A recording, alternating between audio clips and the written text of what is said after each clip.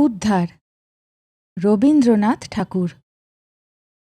গৌরী প্রাচীন ধনী বংশের পরমাদরে পালিতা সুন্দরী কন্যা। স্বামী পরেশ হীনাবস্থা হইতে সম্প্রতি নিজের উপার্জনে কিঞ্চিৎ অবস্থার উন্নতি করিয়াছে। যতদিন তাহার দৈন্য ছিল ততদিন কন্যার কষ্ট হইবে ভয়ে শ্বশুর শাশুড়ি স্ত্রীকে তাহার বাড়িতে পাঠান নাই। গৌরী বেশ একটু বয়স্থা হইয়াই পতিগৃহে আসিয়াছিল। বোধ করি এই সকল কারণেই পরে সুন্দরী যুবতী স্ত্রীকে সম্পূর্ণ নিজের আয়ত্তগম্য বলিয়া বোধ করিতেন না, এবং বোধ করি সন্দিগ্ধ স্বভাব তাহার একটা ব্যাধির মধ্যে। পরেশ পশ্চিমে একটি ক্ষুদ্র শহরে ওকালতি করিতেন।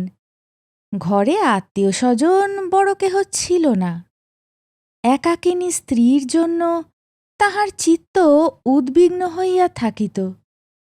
মাঝে মাঝে একদিন হঠাৎ অসময়ে তিনি আদালত হইতে বাড়িতে আসিয়া উপস্থিত হইতেন। প্রথম প্রথম স্বামীর এইরূপ আকস্মিক অভ্যুদয়ের কারণ গৌরী ঠিক বুঝিতে পারিত না। মাঝে মাঝে অকারণ পরেশ একটা করিয়া চাকর ছাড়াইয়া দিতে লাগিলেন। কোনো চাকর তাহার আর দীর্ঘকাল পছন্দ হয় না। বিশেষত অসুবিধার আশঙ্কা করিয়া যে চাকরকে গৌরী রাখিবার জন্য অধিক আগ্রহ প্রকাশ করিত, তাহাকে পরেশ এক মুহূর্ত স্থান দিতেন না। তেজস্বিনী গৌরী ইহাতে যতই আঘাত বোধ করিত, স্বামী ততই অস্থির হইয়া এক সময়ে অদ্ভুত ব্যবহার করিতে থাকিতেন। অবশেষে আত্মসংবরণ করিতে না পারিয়া যখন দাসীকে গোপনে ডাকিয়া পরেশ নানা প্রকার সন্দিগ্ধ জিজ্ঞাসাবাদ আরম্ভ করিলেন, তখন সে সকল কথা গৌরীর কর্ণগোচর হইতে লাগিল। অভিমানিনী স্বল্পভাষিনী নারী অপমানে আহত সিংহিনীর ন্যায় অন্তরে অন্তরে উদ্দীপ্ত হইতে লাগিলেন, এবং এই উন্মত্ত সন্দেহ দম্পতির মাঝখানে প্রলয় খড়গের মতো পড়িয়া উভয়কে একেবারে বিচ্ছিন্ন করিয়া দিল। গৌরীর কাছে তাহার তীব্র সন্দেহ প্রকাশ পাইয়া যখন একবার লজ্জা ভাঙিয়া গেল, তখন পরেশ স্পষ্টতই প্রতিদিন পদে পদে আশঙ্কা ব্যক্ত করিয়া স্ত্রীর সহিত কলহ করিতে আরম্ভ করিল, এবং গৌরী যতই নিরুত্তর অবজ্ঞা এবং কষাঘাতের ন্যায় তীক্ষ্ণ কটাক্ষ দ্বারা তাহাকে আপাদমস্তক যেন ক্ষতবিক্ষত করিতে লাগিল, ততই তাহার সংশয় মত্ততা আরও যেন বাড়িবার দিকে চলিল। এইরূপ স্বামী সুখ হইতে প্রতিহত হইয়া পুত্রহীনা তরুণী ধর্মে মন দিল। হরিসভার নবীন প্রচারক ব্রহ্মচারী পরমানন্দ স্বামীকে ডাকিয়া মন্ত্র লইল, এবং তাহার নিকট ভগবতের ব্যাখ্যা শুনিতে আরম্ভ করিল। নারী হৃদয়ের সমস্ত ব্যর্থ স্নেহ প্রেম কেবল ভক্তি আকারে পুঞ্জীভূত হইয়া গুরুদেবের পদতলে সমর্পিত হইল। পরমানন্দের সাধু চরিত্র সম্বন্ধে দেশ বিদেশে কাহারও মনে সংশয় মাত্র ছিল না। সকলে তাহাকে পূজা করিত। পরেশ ইহার সম্বন্ধে মুখ ফুটিয়া সংশয় প্রকাশ করিতে পারিতেন না বলিয়াই তাহা গুপ্ত ক্ষতের মতো ক্রমশ তাহার মর্মের নিকট পর্যন্ত খনন করিয়া চলিয়াছিল। একদিন সামান্য কারণে বিষ উদ্গিরিত হইয়া পড়িল।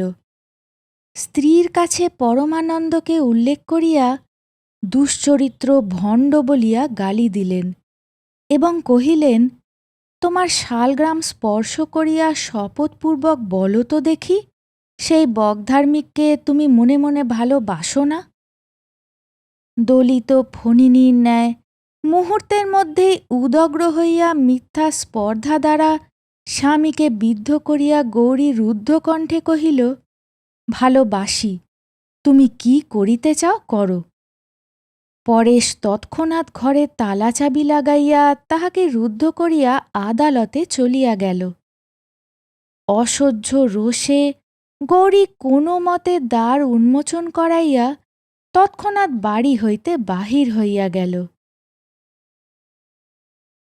পরমানন্দ নিভৃত ঘরে জনহীন মধ্যাহ্নে শাস্ত্র পাঠ করিতেছিলেন। হঠাৎ আমেঘবাহিনী বিদ্যুল্লতার মতো গৌরী ব্রহ্মচারীর শাস্ত্রাধ্যয়নের মাঝখানে আসিয়া ভাঙিয়া পড়িল। গুরু কহিলেন, এ কি? শিষ্য কহিল, গুরুদেব, অপমানিত সংসার হইতে আমাকে উদ্ধার করিয়া লইয়া চল। তোমার সেবা ব্রতে আমি জীবন উৎসর্গ করিব। পরমানন্দ কঠোর ভৎসনা করিয়া গৌরীকে গৃহে ফিরিয়া পাঠাইলেন। কিন্তু হায় গুরুদেব, সেদিনকার সেই অকস্মাৎ ছিন্ন বিচ্ছিন্ন অধ্যয়ন সূত্র আর কি তেমন করিয়া জোড়া লাগিতে পারিল? পরেশ গৃহে আসিয়া মুক্ত দ্বার দেখিয়া স্ত্রীকে জিজ্ঞাসা করিলেন, এখানে কে আসিয়াছিল? স্ত্রী কহিল, কেহ আসে নাই, আমি গুরুদেবের গৃহে গিয়াছিলাম। পরেশ মুহূর্তকাল পাংশু এবং পরক্ষণেই রক্তবর্ণ হইয়া কহিলেন, কেন গিয়াছিলে? গৌরী কহিল, আমার খুশি। সেদিন হইতে পাহারা বসাইয়া স্ত্রীকে ঘরে রুদ্ধ করিয়া পরেশ এমনই উপদ্রব আরম্ভ করিলেন যে শহরময় কুৎসা রটিয়া গেল। এই সকল কুৎসিত অপমান ও অত্যাচারের সংবাদে পরমানন্দের হরিচিন্তা দূর হইয়া গেল। এই নগর অবিলম্বে পরিত্যাগ করা তিনি কর্তব্য বোধ করিলেন, অথচ উৎপীড়িতকে ফেলিয়া কোনো মতেই দূরে যাইতে পারিলেন না। সন্ন্যাসীর এই কয়দিনকার দিনরাত্রের ইতিহাস কেবল অন্তর্যামীই জানেন। অবশেষে অবরোধের মধ্যে থাকিয়া গৌরী একদিন পত্র পাইল।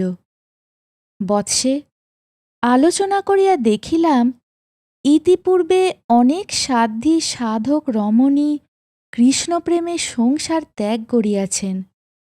যদি সংসারের অত্যাচারে হরি পাদপদ্ম হইতে তোমার চিত্ত বিক্ষিপ্ত হইয়া থাকে, তবে জানাইলে ভগবানের সহায়তায় তাহার সেবিকাকে উদ্ধার করিয়া প্রভুর অভয় পদারবিন্দে উৎসর্গ করিতে প্রয়াসী হইব। 25শে ফাল্গুন বুধবারে অপরাহ্ন 2 ঘটিকার সময় ইচ্ছা করিলে তোমাদের পুষ্করিণী তীরে আমার সহিত সাক্ষাৎ হইতে পারিবে। গৌরী পত্রখানি কেশে বাঁধিয়া খোঁপার মধ্যে ঢাকিয়া রাখিল। 26শে ফাল্গুন মধ্যাহ্নে স্নানের পূর্বে চুল খুলিবার সময় দেখিল চিঠিখানি নাই। হঠাৎ সন্দেহ হইল, হয়তো চিঠিখানি কখন বিছানায় স্খলিত হইয়া পড়িয়াছে এবং তাহা তাহার স্বামীর হস্তগত হইয়াছে। স্বামী সে পত্রপাঠে ঈর্ষায় দগ্ধ হইতেছে মনে করিয়া গৌরী মনে মনে এক প্রকার জ্বালাময় আনন্দ অনুভব করিল। কিন্তু তাহার শিরভূষণ পত্রখানি পাষণ্ড হস্তস্পর্শে লাঞ্ছিত হইতেছে এ কল্পনাও তাহার সহ্য হইল না। দ্রুত পদে স্বামী গৃহে গেল। দেখিল স্বামী ভূতলে পড়িয়া গোঁ গোঁ করিতেছে, মুখ দিয়া ফেনা পড়িতেছে, চক্ষু তারকা কপালে উঠিয়াছে। দক্ষিণ বজ্রমুষ্টি হইতে পত্রখানি ছাড়াইয়া লইয়া তাড়াতাড়ি ডাক্তার ডাকিয়া পাঠাইল। ডাক্তার আসিয়া কহিল, আপোপ্লেক্সি, তখন রোগীর মৃত্যু হইয়াছে। সেই দিন মফস্বলে পরেশের একটি জরুরি মকদ্দমা ছিল। সন্ন্যাসীর এতদূর পতন হইয়াছিল যে তিনি সেই সংবাদ লইয়া গৌরীর সহিত সাক্ষাতের জন্য প্রস্তুত হইয়াছিলেন।